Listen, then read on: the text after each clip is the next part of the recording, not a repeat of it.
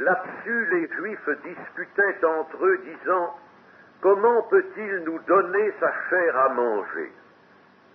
Jésus leur dit: en vérité, je vous le dis, si vous ne mangez la chair du Fils de l'homme, et si vous ne buvez son sang, vous n'avez point la vie en vous-même. Celui qui mange ma chair et qui boit mon sang a la vie éternelle, et je le ressusciterai au dernier jour. Car ma chair est vraiment une nourriture, et mon sang est vraiment un breuvage. Celui qui mange ma chair et qui boit mon sang demeure en moi, et je demeure en lui. Comme le Père qui est vivant m'a envoyé que je vis par le Père, ainsi celui qui me mange vivra par moi. C'est ici le pain qui est descendu du ciel. Il n'en est pas comme de vos pères qui ont mangé la manne et qui sont morts. Celui qui mange ce pain vivra éternellement. Jésus dit ces choses dans la synagogue, enseignant à Capernaum. Plusieurs de ses disciples, après l'avoir entendu dire « Cette parole est dure, qui peut l'écouter ?» Jésus, sachant en lui-même que ses disciples murmuraient à ce sujet, leur dit: « Cela vous scandalise-t-il? Et si vous voyez le Fils de l'homme monter où il était auparavant, c'est l'Esprit qui vivifie, la chair ne sert de rien, les paroles que je vous ai dites sont esprit et vie. » Amen. Il est certain que ce sont là des paroles tout à fait particulières, grandes. Là, on peut dire que le Seigneur présente le centre vraiment de son œuvre de salut au milieu des hommes. Et il n'a pas peur d'employer ces expressions étranges pour qui ne les pénètre pas: mangez ma chair et boire mon sang. Et vous savez que sur ces paroles, les siècles passés ont accumulé plus de ténèbres encore qu'elles n'en ont par ailleurs sur toute leur déviation. Vous savez combien de choses invraisemblables, combien de dogmes stupides et sans raison ont été accumulés sur les paroles que voici. Nous trouvons deux affirmations de même objet, l'une négative, l'autre positive. En vérité, je vous le dis, si vous ne mangez la chair du Fils de l'homme, ou si vous ne buvez son sang, vous n'avez point la vie en vous. Voilà l'affirmation négative d'abord. Ce qui ferme la porte du royaume de Dieu et du salut à tout homme qui chercherait à emprunter une autre voie que celle-là. Il faut manger et boire la chair et le sang, sinon vous n'avez point la vie. Toute autre voie, tout autre moyen est mauvais. Il ne peut pas procurer le salut. Alors, chers amis, un petit mot simplement, parce que je vous ai promis de traiter la question à part. Nous avons dit qu'il y a souvent une fausse évangélisation et un faux salut présenté. Eh bien, si l'on n'amène pas des âmes à boire et à manger, vous le voyez, à moi qu'il dit, n'est-ce pas? Si on ne les amène pas à cela, et vous comprenez que c'est quelque chose de grand, c'est quelque chose qui ne reste pas superficiel. Manger et boire, c'est pas superficiel, c'est pas simplement goûter quelque chose, c'est manger et boire. Par conséquent, si on n'amène pas des âmes à cela, elles n'ont pas la vie éternelle, elles n'ont pas le salut. Donc, une affirmation négative qui renforce, vous voyez, de beaucoup l'affirmation positive, étant donné que d'abord, c'est la fermeture de toute autre voie.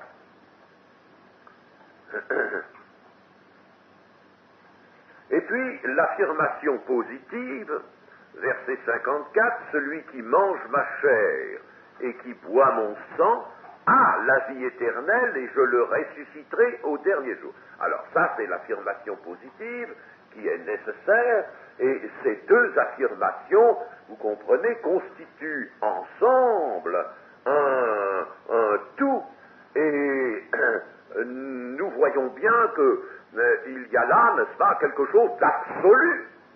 C'est ça ou c'est rien. Il n'y a pas de moyen terme. Ou bien c'est manger et boire, dans le sens que portent ces paroles, ou bien alors ce n'est rien du tout, vous n'avez rien, on n'a rien autrement. Pour comprendre alors ces paroles maintenant, nous allons nous souvenir de deux choses. Rappelons-nous que le Seigneur Jésus n'innove jamais dans sa manière de s'exprimer, pas plus d'ailleurs que dans la mission qu'il vient accomplir. Il vient accomplir ce qui était annoncé par les prophètes d'autrefois. Et si l'on savait prudemment se servir de cela, ça, le Seigneur nous a donné en somme deux moyens, n'est-ce pas, l'annonce et puis l'accomplissement. La proclamation par les prophètes d'autrefois et l'accomplissement par Jésus-Christ. Alors, si nous savions nous utiliser cela comme on utilise deux vues pour obtenir le relief, n'est-ce pas? Eh bien, nous aurions, nous, le relief de la vérité, c'est-à-dire, nous aurions une vérité solide. Nous allons donc nous rappeler deux choses de l'Ancien Testament.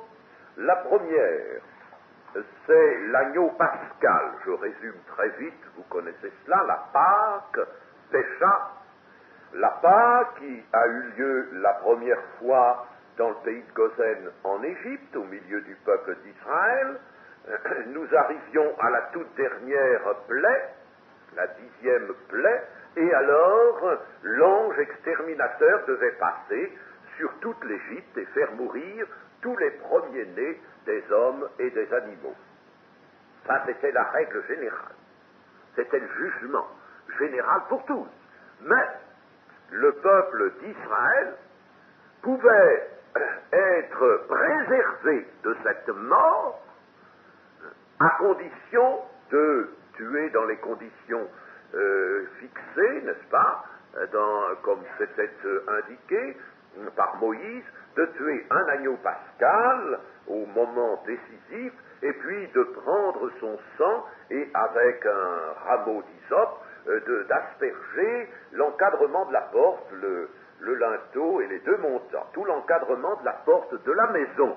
Et chaque fois qu'une maison portait ainsi le signe du sang, n'est-ce pas, sur son encadrement, l'ange passait par-dessus cette maison sans semer la mort chez les premiers-nés, aux premiers-nés de cette maison.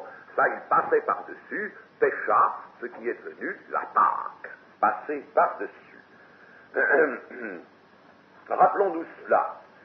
Le sang, donc, servait de marque pour être préservé de la mort, et la chair de l'agneau, elle était mangée, rôtie au feu, puis elle était mangée alors par ceux qui étaient prêts à partir, n'est-ce pas, le bâton en main, les reins saints de leur ceinture, n'est-ce pas, ils étaient prêts à partir. Dès qu'ils avaient mangé la chair au feu, n'est-ce pas, eh bien, rôti au feu, ils partaient.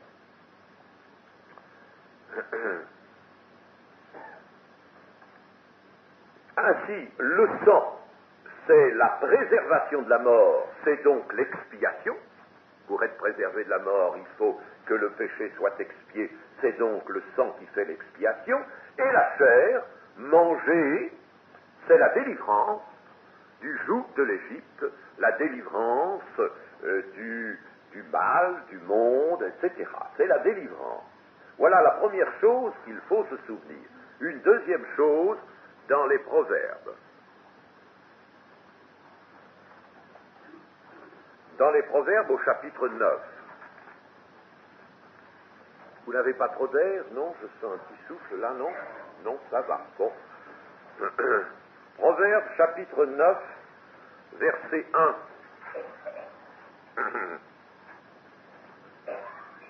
La sagesse a bâti sa maison, elle a taillé ses 7 colonnes, elle a égorgé ses victimes, mêlé son vin et dressé sa table. Elle a envoyé ses servantes, elle crie sur le sommet des hauteurs de la ville, que celui qui est stupide entre ici. Elle dit à ceux qui sont dépourvus de sens, venez, mangez de mon pain et buvez du vin que j'ai mêlé, quittez la stupidité et vous vivrez, et marchez dans la voie de l'intelligence. Voilà exactement ce sur quoi Jésus va se fonder, n'est-ce pas, son langage est fondé là-dessus, tout en s'inspirant beaucoup de la Pâque que nous avons rappelée. Voyez ici la sagesse. La sagesse, c'est la sagesse de Dieu. Elle crie à l'insensé et aux stupides, à ceux qui sont dépourvus de sens, c'est-à-dire aux hommes qui vivent dans la dissolution, dans le péché, aux hommes qui n'ont pas souci de la sagesse, c'est-à-dire des principes supérieurs qui viennent de Dieu, apportés par la parole de Dieu. Ils n'ont pas souci de ces lois supérieures, des lois de la sagesse. Ils sont stupides, ils sont dépourvus de sens. C'est l'homme pécheur. Mais il est sollicité, cet homme pécheur. Il est sollicité, venez et mangez de mon pain. Et il est dit que la sagesse a bâti sa maison. Elle a alors bâti sa maison, bâti son temple. Nous voyons, n'est-ce pas, là, ici, déjà une proclamation encore, parmi d'autres, dans l'Ancien Testament, de ce que Jésus est celui qui vient dans son temple, le messager de l'Alliance qui vient dans son temple et qui bâtit la maison de Dieu. Elle a taillé ces 7 colonnes, les 7 colonnes, c'est-à-dire des colonnes, des appuis que Dieu donne, des appuis qui sont parfaits. Elle a égorgé ses victimes et mêlé son vin, n'est-ce pas? Ça, c'est le sang qui coule, et les victimes, c'est un rappel, n'est-ce pas, aux ordonnances de la loi de Moïse, les victimes qui sont là pour l'expiation. Elle a égorgé ses victimes, mêlé son vin et dressé sa table. Le Seigneur dresse une table et nous dit, venez, mangez et buvez. Venez manger de mon pain et buvez du vin. Alors, le pain, Jésus vient de parler du pain de vie, et il dira, le pain, c'est moi, c'est ma chair que je donnerai pour le monde. Alors, le pain, le vin, eh bien, le vin et le sang sont toujours en relation dans l'Écriture, et il était normal que le Seigneur Jésus passât du vin, qui est l'image, n'est-ce pas? Nous l'avons vu déjà dans la Genèse l'autre jour, si vous vous rappelez, au chapitre 49 de la Genèse, nous avons vu, il lave son manteau dans le vin, et le vin représente le sang. Venez manger de mon pain et buvez du vin que j'ai mêlé. Le vin a été mêlé, c'est-à-dire que c'est le vin qui va prendre le mauvais, l'iniquité. C'est le sang qui va prendre et qui va porter, qui va faire l'expiation pour ce qui est mauvais. Voici donc des appuis de l'Ancien Testament. Ceci étant dit, voici ce que signifient les termes boire et manger dans notre passage. Boire le sang et manger la chair. Le mot d'ailleurs est bon, incorporé. On pourrait dire, pour reprendre un mot que j'ai déjà employé, s'approprier. S'approprier, quoi donc? Ce que fait le sang, c'est-à-dire l'expiation. Donc, la réconciliation avec Dieu, puisque c'est le péché qui établit une disjonction, une séparation entre Dieu et l'homme. Et attention, nous retrouverons ça dans les explications plus précises je vais entrer ce soir dans des explications fondamentales. Je vous expliquerai plus au fond tout cela, mais commençons par recueillir déjà cela. Donc, s'approprier l'expiation, donc la réconciliation de Dieu. Et manger la chair, c'est manger la vie véritable du Seigneur. Ça aussi, je l'expliquerai mieux, n'est-ce pas? Je vous donne déjà quelque chose qui vous fait comprendre et l'environnement de cette vie. Vous savez ce que nous avons appelé, n'est-ce pas, environnement. J'y reviendrai un peu pour que vous compreniez. Donc, s'approprier la vie véritable et l'environnement de cette vie qui est donnée parce qu'elle est brisée. Bah, elle est donnée parce qu'elle est brisée. C'est ma chair que je donnerai pour le monde. Nous avons bien vu que cette expression signifiait, n'est-ce pas, une mort, n'est-ce pas, une chair brisée, une chair donnée.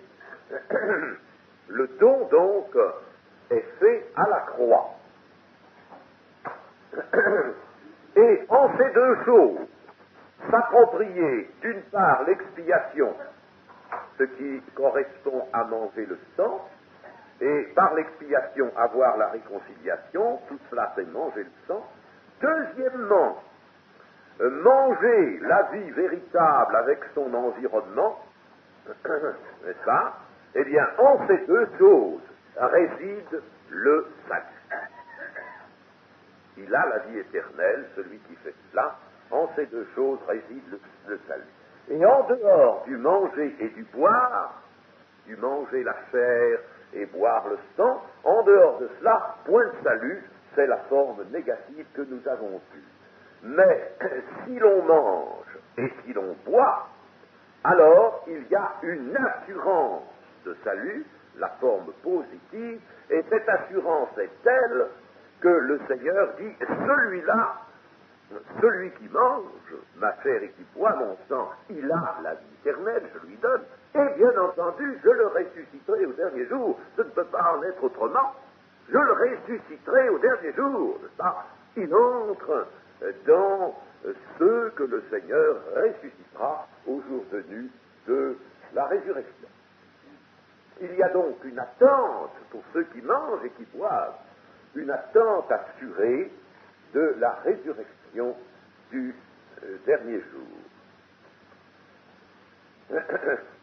Alors, nous allons nous avancer un peu plus dans les explications. Je vous ai déjà donné, n'est-ce pas, nous avons dégrossi la chose, je vous ai donné le sens déjà, le sens à connaître déjà, n'est-ce pas, mais ce sens, vous le voyez. Alors, nous allons nous informer un petit peu plus. Au verset, nous relisons les versets 56 et 57. Celui qui mange ma chair et qui boit mon sang demeure en moi et je demeure en lui, comme le Père qui est vivant m'a envoyé que je vis par le Père, ainsi celui qui me mange vivra par moi. Le verset 56, après les deux grandes affirmations que nous avons eues, nous avons vu aussi que le verset 55, j'ai eu tort, oui, de ne pas le relire là, car ma chair est vraiment une nourriture et mon sang est vraiment un brossard. Oui, le Seigneur dit, attention, c'est pas factice, ça. C'est pas factice. Ma chair est vraiment une nourriture. Ah, il ne s'agit peut-être pas de la croquer avec les dents, n'est-ce pas? Mais c'est vraiment une nourriture. N'allez pas croire que parce qu'on ne mange pas avec les dents, n'est-ce pas, que ce n'est pas une nourriture. C'est pour ça que le Seigneur insiste. C'est vraiment une nourriture. Et vous allez le comprendre. Je me propose de vous faire comprendre cela aujourd'hui. Bien qu'il ne s'agisse pas de mendication, n'est-ce pas, avec la bouche, avec les dents, n'est-ce pas? Je dis ça parce que le dogme de la transsubstantiation qui fait manger quelque chose avec la bouche est une grossière, une très grossière erreur. Il faut vraiment qu'on se soit enfoncé dans les ténèbres pour en être arrivé là. Alors, ma chair est vraiment une nourriture et mon sang est vraiment un breuvage. Celui qui mange ma chair et qui boit mon sang demeure en moi.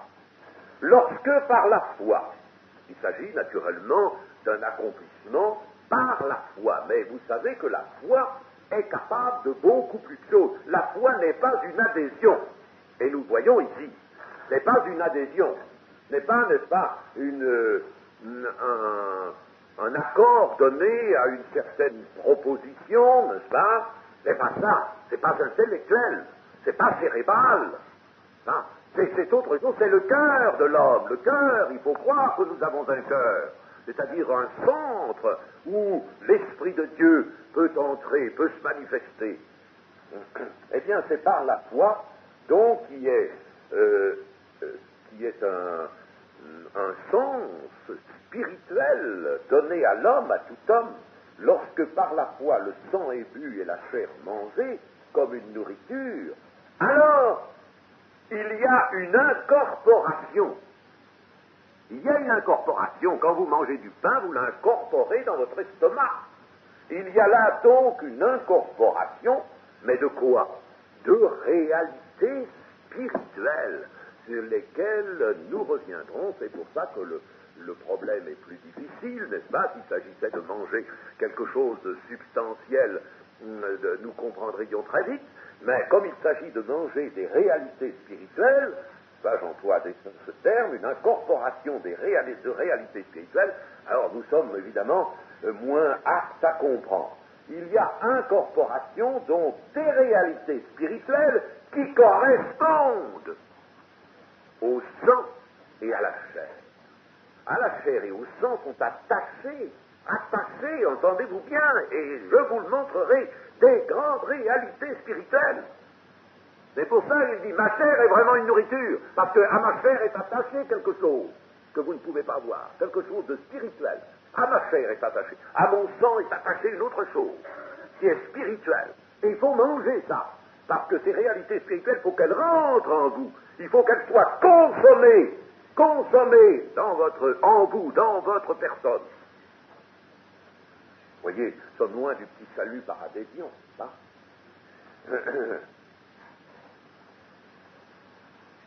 Alors, il y a incorporation, donc, des réalités qui correspondent à la chair et au sang, et s'il y a incorporation, il y a union intime avec celui qui fournit la chair et le sang, c'est-à-dire avec Christ, n'est-ce pas?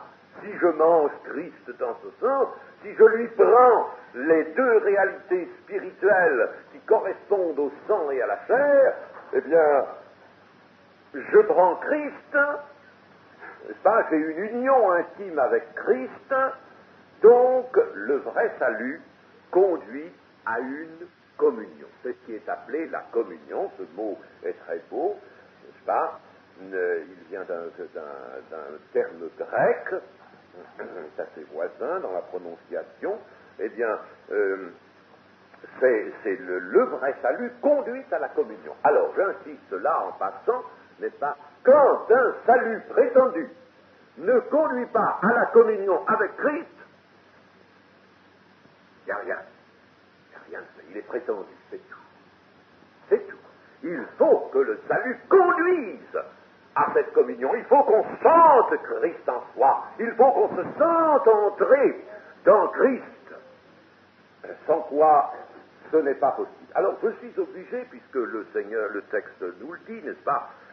Celui qui mange ma chair et qui boit mon sang demeure en moi et moi en lui. Vous savez que la communion, nous l'avons représenté l'autre jour, c'est cette double incorporation. Elle a souvent été, la communion, souvent été imagée par cette chose et qui, cette petite image qui est bien facile, n'est-ce pas, de la redire, c'est pas méchant, une éponge. Une éponge est dans l'eau et l'eau est dans l'éponge. Vous voyez, cette double pénétration, bon, c'est pas très méchant, tandis qu'une pierre qui est dure, qui est fermée, elle est dans l'eau, mais l'eau n'est pas dans la pierre. C'est pourquoi le cœur de pierre, ça ne marche pas. Le cœur de pierre, il faut avoir le cœur ouvert. Bon, ce sont des petites comparaisons, pas bien méchantes, mais enfin, vous les chrétiens, ça pour montrer que cette double incorporation. Alors, une communion réelle de la personnalité de Christ aux croyants, n'est-ce pas, et une incorporation de cette personnalité de Christ, celui qui me mange, voyez, après avoir dit celui qui mange ma chair et qui boit mon sang, le Seigneur dit celui qui me mange, moi. C'est une incorporation de la personnalité donc de Christ dans l'homme de foi. C'est un transfert de Christ en personne dans l'homme de foi. Quant à celui-ci, l'homme de foi, il demeure en Christ, n'est-ce pas? C'est-à-dire que sa vie va se cacher en Christ. Nous avons cette autre expression dans une épître de Paul, la vie cachée en Christ, n'est-ce pas? La vie de ce croyant sera cachée en Christ, transférée, il y a un transfert de sa vie dans un environnement nouveau, celui de la vie véritable. Et comme le texte nous dit, le texte nous dit, n'est-ce pas, que comme je vis du Père, vous-même, vous vivrez de moi, alors nous pouvons faire le petit schéma que voici. Si vous avez de l'eau, là, fermée, voici ce que je représente ici en semblant être l'environnement, le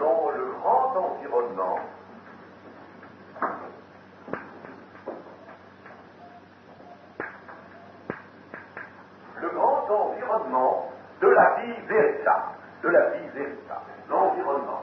Et je représente schématiquement ici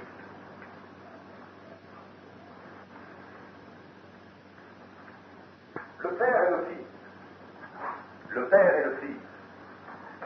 Le Père et le Fils sont ce grand environnement de la vie, car Dieu a cet environnement, il en dispose, bien entendu, n'est-ce pas? Et cet environnement est quelquefois appelé la gloire, dont le Père est entouré et qui aussi donne lieu à une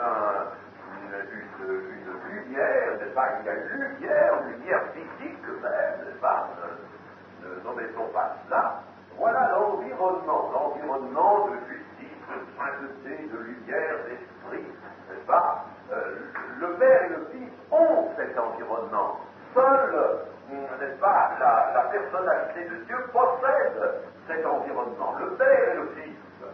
Alors, le Fils a quitté le sein du Père, et puis il est venu dans le monde sous le nom de Christ. Il est venu, il a quitté le sein du Père, il est venu sous le nom de Christ. Et là, il y a eu, évidemment,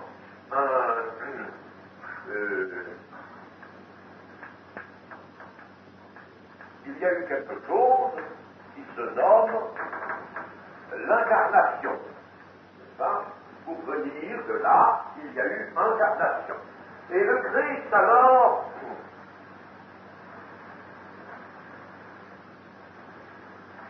s'est approché, portant la même enveloppe que lui. Il s'est approché d'une certaine créature qui s'appelle l'homme.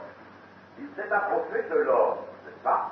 Et alors, il parle à l'homme, il parle à son niveau, il l'instruit, et il lui dit: si tu manges ma chair, et si tu bois mon sang, tu auras la vie éternelle, je te ressusciterai au dernier jour. Mais maintenant, tu vas demeurer en moi, et moi, je vais demeurer en toi. Il va y avoir quelque chose entre nous.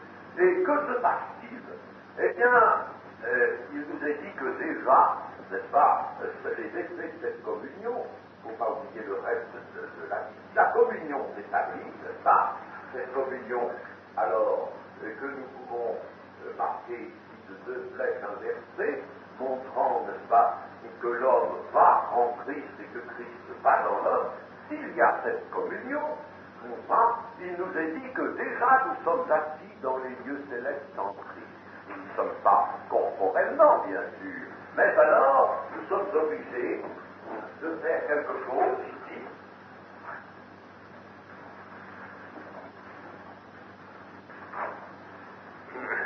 Et de transférer, il y a un transfert, une transplantation de la vie de cet homme ici, assis dans les célestes en Christ.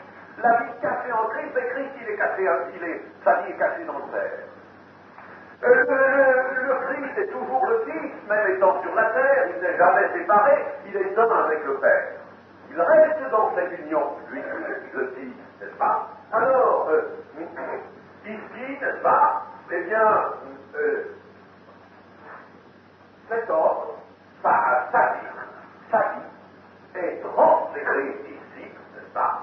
Et alors, de même que le Fils vit par le Père, de même lui, cet homme, il vit par le Fils.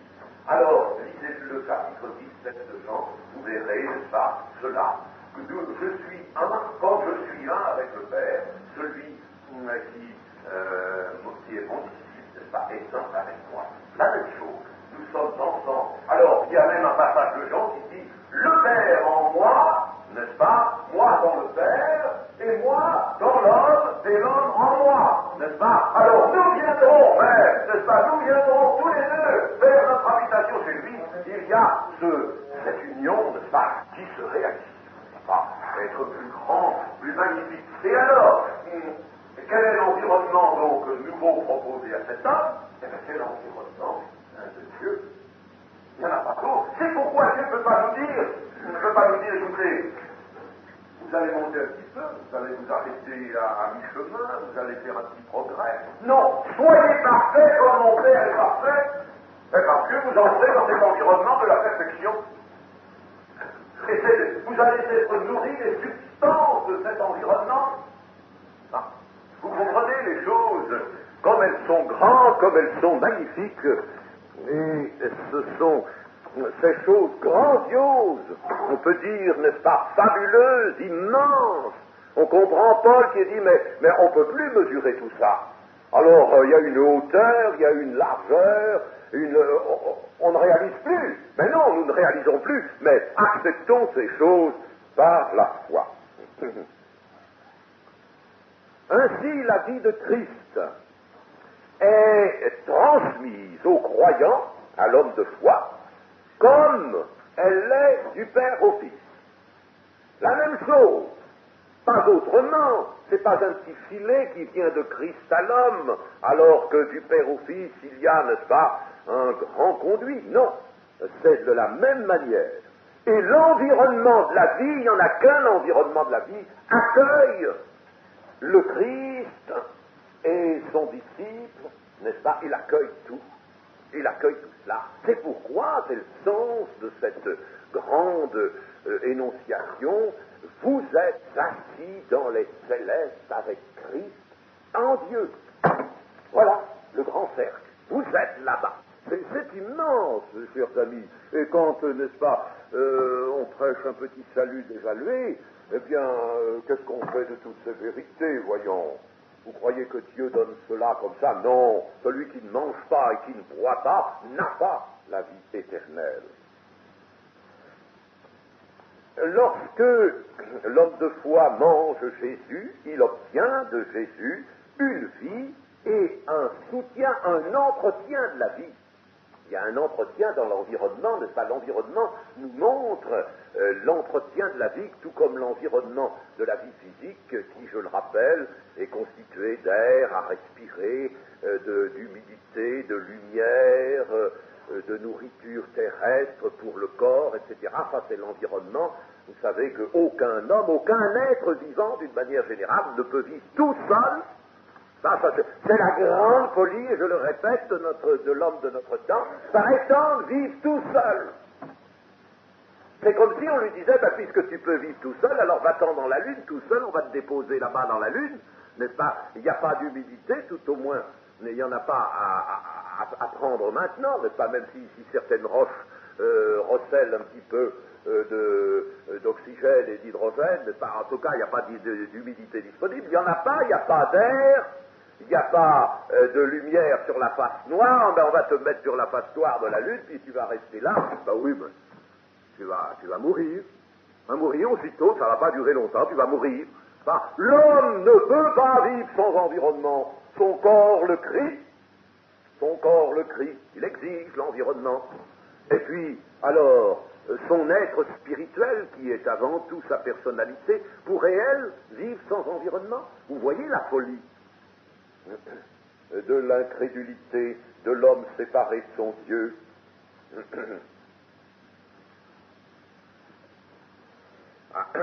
Seul Jésus a accès au Père, bien entendu, n'est-ce pas? Ce n'est pas que un homme puisse avoir, lui, directement accès au Père, ce n'est pas possible. Il faut qu'il passe par Jésus pour manger la chair et boire le sang, avoir l'expiation et recevoir cette transmission, ce transfert de vie.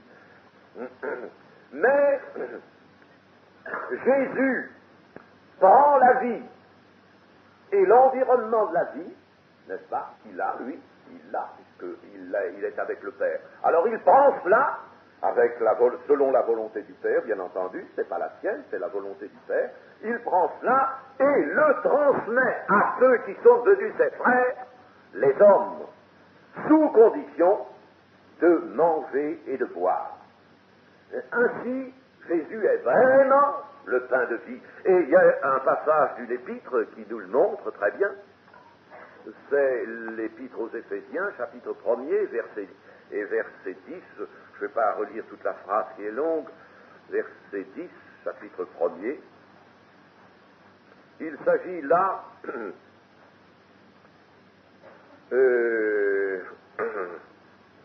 d'un mystère de la volonté de Dieu, le mystère de la volonté de Dieu, n'est-ce pas, pour le mettre à exécution lorsque les temps seraient accomplis de réunir toutes choses en Christ, celles qui sont dans les cieux et celles qui sont sur la terre. Voyez-vous, Christ est celui qui réunit toutes les choses. Il réunit, n'est-ce pas? Il réunit. Voilà le mystère de Dieu. Il réunit toutes choses. Il vient, lui. Il vient, il est envoyé. Et nous voyons, n'est-ce pas, très bien, le déplacement, la nécessité de ce déplacement. Il est envoyé. Il insiste beaucoup sur ce déplacement comme envoyé. Il est envoyé vers qui? Vers l'homme. Il est envoyé vers l'homme. Il vient à son niveau. Il lui parle. Il accomplit quelque chose dans la chair. Nous en parlerons surtout cet après-midi. Il accomplit quelque chose. Il lui donne alors sa chair et son sang à manger et à boire, n'est-ce pas? Il lui donne cela, et puis alors, cela étant fait, dans sa personne, il réunit tout, parce qu'en lui, il y a le Père. Vous voyez, on ne peut pas se séparer d'une seule des énonciations de l'Évangile. Remarquez comme c'est beaucoup plus précis que les sciences humaines, parce que souvent, dans des livres de mathématiques, moi j'ai fait des mathématiques autrefois, eh bien, il manque bien des choses dans les développements. Souvent, c'est ça. Eh bien là, il manque rien. Et il nous est dit, rappelons-nous ce langage tenu par le Seigneur Jésus à Philippe. Quoi, Philippe, tu veux voir le Père? Sais-tu pas que le Père est en moi, je suis dans le Père? Celui qui m'a vu, eh bien, il a vu le Père. C'est ça. Sais-tu pas cela? Et voyez ça, c'est nécessaire. Parce que Christ, il réunit tout en lui, mais le Père est en lui, n'est-ce pas? Et c'est ainsi qu'il réalise cela. De 58 à 58, au verset 58, nous voyons là, n'est-ce pas, le Seigneur qui conclut en quelque sorte, c'est ici le pain qui est descendu du ciel, il n'en est pas comme de vos pères qui ont mangé la manne et qui sont morts, celui qui mange ce pain vivra éternellement. Enfin, les Juifs en étaient encore à cette pensée d'un aliment qui pouvait descendre du ciel, et puis qui aurait été extrêmement expédient pour eux, parce que s'agissait d'être nourri à bon compte, puis d'être nourri facilement, n'est-ce pas, le miracle qui vient sans changer l'homme, magnifique.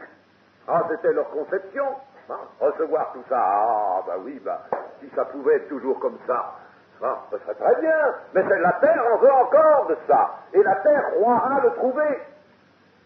Dans l'Antichrist qui vient, l'Antichrist fera cette promesse: moi je vais vous donner tout, la paix, la sécurité, la nourriture, l'abondance, tout, et puis restez des pécheurs comme vous êtes. Mieux, je veux que vous soyez des pécheurs. Je veux que vous fassiez ce que je vais vous dire. Et moi, je suis l'homme du diable. Je suis l'homme de Satan, n'est-ce pas? Eh bien, les Juifs, tout comme les hommes maintenant, tous les hommes en général, voudraient l'abondance, voudraient la facilité, ils voudraient que tout soit parfait sur la terre. Ils voudraient faire leurs 4 volontés, pouvoir s'échapper dans le cosmos, et puis que tout aille bien, qu'il n'y ait pas d'ennui, pouvoir faire les pires imprudences, n'est-ce pas, et puis qu'il ne s'ensuive jamais d'accidents, etc., etc. Ils voudraient tout cela. Quand quelqu'un est frappé dans le monde aujourd'hui, à ce moment-là, on dit: ah, mais alors Dieu ne nous protège pas, il ne veut pas nous protéger.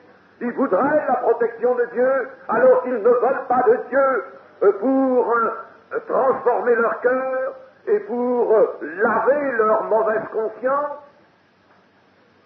N'est-ce pas? Voilà. Alors le Seigneur dit non. Le pain, la manne, c'était quelque chose qui avait sa place dans le dessein de Dieu, certes, mais cela, c'est fini, c'est pas une chose qui sauve. Ce qui va vous sauver, c'est de manger et de boire ce pain que je vous apporte. Alors plusieurs des disciples, ayant entendu cela, dirent: cette parole est dure, qui peut l'écouter? Bien entendu, c'est une parole dure, c'est vrai qu'elle reste dure, mais chers amis, c'est une parole aussi qui fait séparation, et si vous l'acceptez, même en admettant qu'après nos explications vous ne l'ayez pas encore pleinement pénétré, vous y réfléchirez, à vous d'y réfléchir, surtout dans la prière. Mais si vous l'acceptez comme Pierre va le faire, n'est-ce pas, si vous l'acceptez, cette parole, eh bien, alors vous montrerez ainsi que vous êtes de Christ. Et vous mangerez et vous boirez par la foi, sans trop savoir tout de suite, peut-être exactement toute la portée de ce que vous faites, mais vous le ferez. Ce qu'il faut, c'est le faire. Et alors Jésus va leur dire: ça vous scandalise que je parle de manger de ma chair et de boire mon sang, ça vous scandalise. Et si vous me voyez tel que je suis là, emporté dans les airs, qu'est-ce que vous diriez? Même aujourd'hui, si le Seigneur était là sur la terre, et puis que nos grands scientifiques, là, tous nos savants, on les rassemblerait pour ce jour-là au Cap Kennedy, n'est-ce pas? Puis on leur dirait: écoutez, laissez votre fusée de côté, vous allez voir quelqu'un qui va monter dans les airs, n'est-ce pas? Un homme qui va s'élever tout seul, sans cette énorme fusée de 110 mètres de haut. On n'a pas besoin de ça. On n'a pas besoin de tout ça, même des fusées plus fortes, on n'a pas besoin. Aucun besoin de vos fusées. Laissez ça au repos. Et regardez, un homme s'élever dans les airs. Oui, ça, effectivement, n'est-ce pas? Sans avoir des ailes, sans battre l'air, sans rien faire. Il s'élève. Il s'élève dans les airs. Il a traversé le premier ciel, il a traversé le second ciel, et il est allé au 3e ciel. Si vous voyez le Fils de l'homme monter où il était auparavant, alors que diriez-vous? Vous seriez scandalisé, mais vous seriez scandalisé d'un fait que vos yeux verraient. Et là, vous êtes scandalisé d'un fait que vos yeux ne voient pas. Je vous parle au moyen de la parole, n'est-ce pas? Et vous êtes scandalisé, mais si vous êtes scandalisé là, alors quelle attitude aurez-vous lorsque vous verrez quelque chose, vos yeux verront quelque chose? Alors là, vous serez confondu. Alors ne soyez pas de ceux qui refusent toujours tout parce qu'ils ne comprennent pas, parce que leur pauvre petite raison n'arrive pas, ce pauvre petit ordinateur réduit à rien du tout. Il y manque un tas de rouages, il y manque des quantités de transistors et de fils dans cet ordinateur qui est la petite raison de l'homme, n'est-ce pas? Et puis ce petit ordinateur, il nous paraît très bien, n'est-ce pas? Il paraît qu'il est bien au-dessus encore de tous les ordinateurs que l'on fait, mais il est pauvre. Il est pauvre, il se trompe, comme se trompent d'ailleurs les autres ordinateurs. Eh bien, si, n'est-ce pas, l'on veut faire fonctionner cette petite raison humaine qui n'est pas faite pour cela, on ne comprendra jamais rien, on refusera toujours tout, on sera toujours scandalisé, n'est-ce pas? Tandis que il faut l'accepter par foi, parce que c'est quelque chose qui peut être cru. Celui qui dit cela, et même au gré d'un certain Ernest Renan, celui qui dit cela est un homme qui n'a jamais commis de faute et de péché. Même Ernest Renan, qui nie la divinité du Seigneur Jésus, ne peut pas ne pas reconnaître que c'est l'homme parfait. Or, lui, il se contente de ça, n'est-ce pas, d'un homme parfait. Ça n'a jamais existé, un homme parfait. Alors, s'il y a un homme parfait, c'est que cet homme est autre chose que homme. Nous allons peut-être commencer un petit peu à entrer dans nos explications, parce que nous arrivons au verset 63, c'est l'esprit qui vivifie, la chair ne sert de rien, les paroles que je vous ai dites sont esprit et vie. Alors, écoutez bien cela. C'est-il bizarre, n'est-ce pas, que le Seigneur, regardez comme si on raisonne la parole, vraiment, on y voit goutte, n'est-ce pas? C'est l'esprit qui vivifie, la chair ne sert de rien. Et pourtant, il nous a dit de manger la chair. Elle sert de rien. Oh, si elle sert de rien, c'est pas la peine que je la mange. Vous voyez, si on raisonnait, n'est-ce pas? À quoi on arrive? Vous voyez à quoi on arrive? Et vous allez comprendre la grandeur des paroles du Seigneur. C'est magnifique. Sachez d'abord ceci, c'est que premièrement, l'esprit existe avant la matière. Et c'est pourquoi si je ne crois pas à cela, et si ça n'a pas eu en moi de répercussions, comme dit l'Épître aux Hébreux au chapitre 11, si je ne crois pas que Dieu existe, eh bien alors je ne peux rien faire. C'est pas la peine que j'ouvre le livre. Si je ne crois pas, si je ne crois pas à cela, c'est pas la peine. C'est pas la peine. Celui qui vient, il faut qu'au moins il croit cela. Et s'il croit que Dieu existe, ça ne veut pas dire simplement, bon, ben, je crois qu'il y a un être suprême qui s'appelle Dieu, bon, allez, j'accepte la chose. Non, c'est pas ça. C'est pas ça la foi. Il faut savoir que Dieu est esprit. Ce qui n'empêche pas la personne de Dieu d'avoir, elle, une forme. Disons une forme. Mais ça, c'est autre chose. Je mets cette question-là de côté. Ne mélangeons pas. Mais Dieu est esprit. Alors, si je crois que Dieu existe, n'est-ce pas, je crois que l'esprit existe avant la matière, chose que nient les matérialistes. Et je crois que Dieu existe avant la matière. Et je crois, puisque l'esprit existe avant la matière, que l'esprit est au-dessus de la matière. Il est de combien au-dessus de la matière? Et que c'est la matière qui est procédée de lui. La matière est procédée de l'esprit, c'est-à-dire elle est venue de l'esprit, elle est venue par un travail de l'esprit. Alors voilà une première chose. Notez-le bien. L'esprit existe avant la matière. Dieu est esprit. Donc l'esprit est au-dessus de la matière. Première des choses. C'est une loi. Il faut connaître. Deuxième loi. Le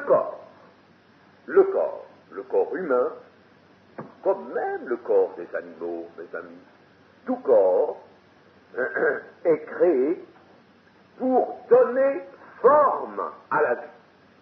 Et s'agissant du corps humain, nous pouvons dire alors que le corps de l'homme est créé pour donner forme à la vie et en plus pour servir d'instrument à l'esprit avec un grand T. Pour servir d'instrument à l'esprit. Il y a un passage qui nous dit cela. Un passage qui nous dit cela, chers amis. Voyez comme il faut, il y a une concordance qu'il faut faire dans sa tête, dans son cœur. Une concordance du cœur. Mais ça, on ne peut pas l'imprimer, cette concordance-là, voyez-vous. Nous avons une concordance qui est faite, je m'en sers d'ailleurs maintenant de moins en moins. il arrive souvent que je l'ouvre presque pas. Presque pas. Parce que c'est une concordance qui peut souvent, la concordance que nous avons, qui est imprimée, nous égarer. Si on ne sait pas l'utiliser, si on ne fait pas attention. Mais j'y préfère la concordance du cœur. C'est-à-dire, n'est-ce pas, nous voyons une chose apparaître, une pensée, alors nous disons, mais où a-t-elle été exprimée cette pensée-là, chers amis? Ce que je viens de vous dire, rappelons-le, le corps est créé pour donner forme à la vie, pour servir d'instrument à l'esprit. Pour servir d'instrument à l'esprit. Où est-ce indiqué cela? Qui pourrait me le dire? Tiens, un exemple. Colossiens 1,16. Colossiens 1,16, la fin du verset 16. Tout a été créé par lui et pour lui, pour l'esprit. Pour servir d'instrument à l'esprit, pour l'esprit. Par lui, bien sûr, c'est l'esprit qui a créé. Voilà nos deux lois énoncées, n'est-ce pas? Par lui et pour lui. Pourquoi pour lui? Mais pour servir d'instrument à l'esprit. Voilà pour comment a été créé l'homme. Et la chute a consisté à quoi? L'homme s'est refusé de servir d'instrument à l'esprit. Lorsqu'il a rompu avec l'esprit. Il a refusé. Il a refusé cela. Alors, donc tout a été créé par lui et pour lui, pour servir d'instrument à l'esprit, pour être le siège de l'activité de l'esprit. Et nous allons arriver à cette notion des actes de l'esprit, par le moyen de quoi? Du corps. Les actes de l'esprit par le moyen du corps. Toute l'économie nouvelle est là-dessus, mes amis. Tout est fondé là-dessus. Alors le Christ dit ici, dans le verset 63, la chair ne sert de rien. Elle n'a pas de valeur. Elle n'a pas de valeur par elle-même. Par elle-même. Elle n'a pas de valeur si elle est toute seule. Elle n'a aucune valeur. La chair ne sert de rien. Elle n'a aucune valeur absolue. C'est-à-dire séparée de tout, n'est-ce pas? Elle est un support de vie. Elle était destinée à être le siège de l'esprit, le siège des manifestations ou des actes de l'esprit, n'est-ce pas? Mais séparée de l'esprit, comme elle l'a été par le péché, le corps. Séparée de l'esprit comme il l'a été par le péché, le corps n'est que mort. Il est sans valeur. Et c'est ce qui fait dire à Paul, vous voyez qu'en effet combien Paul avait pénétration du mystère de Christ, n'est-ce pas? Quelle science cet homme a touché. Eh bien, il dit, n'est-ce pas, vous étiez morts par vos offenses, parce que vous êtes des corps, mais non plus reliés à l'esprit, n'est-ce pas? Alors, lorsque un corps d'homme vit, c'est qu'il est relié à nouveau à l'esprit. Et c'est ce que fait le Seigneur. Seul, par conséquent, l'esprit est vie. L'esprit et la vie, parce que l'esprit et la vie se tiennent intimement. L'esprit seul, l'esprit et la vie ont force et éternité. Le corps ne peut pas l'avoir tout seul, c'est pareil, c'est pas possible, il meurt. Pas possible, il meurt. Et donc, seul l'esprit et la vie ont force et éternité. L'esprit veut accomplir des actes par le corps, pour ça qu'il est dit, offrez vos corps en sacrifice agréable. Vous voyez toutes ces choses, n'est-ce pas, comme elles prennent leur place dans Romains 12, offrez vos corps en sacrifice agréable, parce que vos corps sont destinés des instruments de l'esprit. Donc, si vraiment il y a salut, si vraiment il y a communion avec Christ, mais vos corps retrouvent leur fonction. C'est là qu'ils deviennent le temple du Saint-Esprit. C'est là qu'ils deviennent, n'est-ce pas, des instruments à nouveau, des instruments dans la main de l'Esprit. Alors, l'Esprit a des actes à accomplir par le corps pour se manifester dans le monde visible. Et dans la suite des explications que je vous donnerai, vous verrez ceci, c'est que le Seigneur qui est bien mangez ma chair et buvez mon sang, là, faites-le, et puis, quant à la chair elle-même, si vous la regardez isolément, et au sang, si vous le regardez isolément, ça ne sert à rien. Pourquoi manger ma chair et pourquoi boire mon sang? Parce qu'il y a un acte de l'esprit à accomplir par ce moyen. Mais une fois que la chose est accomplie, alors, ça ne sert à rien. Ça ne sert plus. C'est fini. Ce sont les actes du Saint-Esprit. Ce sont les actes, n'est-ce pas, que fait le Saint-Esprit en vue de la vie, qui sont quelque chose. Mais il utilise le corps. C'est pourquoi la chair, dans le langage précédent, était bien nécessaire, à condition d'attacher à la chair et au sang les réalités spirituelles qui leur correspondent. Mais si vous voyez la chair et le sang sans ces réalités spirituelles, comme l'a vu le romanisme, qui a représenté le corps et le sang par un morceau de pain, n'est-ce pas, une hostie, et puis un peu de vin, n'est-ce pas? Eh bien, si alors vous supprimez les réalités spirituelles, eh bien vous avez quelque chose qui ne sert de rien. Ne sert absolument à rien, et la messe, la communion avec tout ça ne sert de rien. De rien, c'est un rite mort et sans aucune signification. Mieux, n'est-ce pas, comme le dit le père Finiti, eh bien, il y a même idolâtrie dans ce rite. Nous tombons nécessairement dans l'idolâtrie, puisque nous avons abandonné complètement les réalités.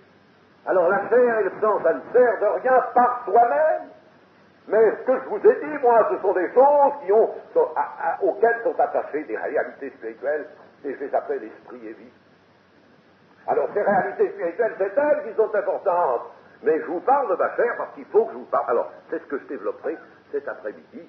Pourquoi vraiment le langage du Seigneur. Amen.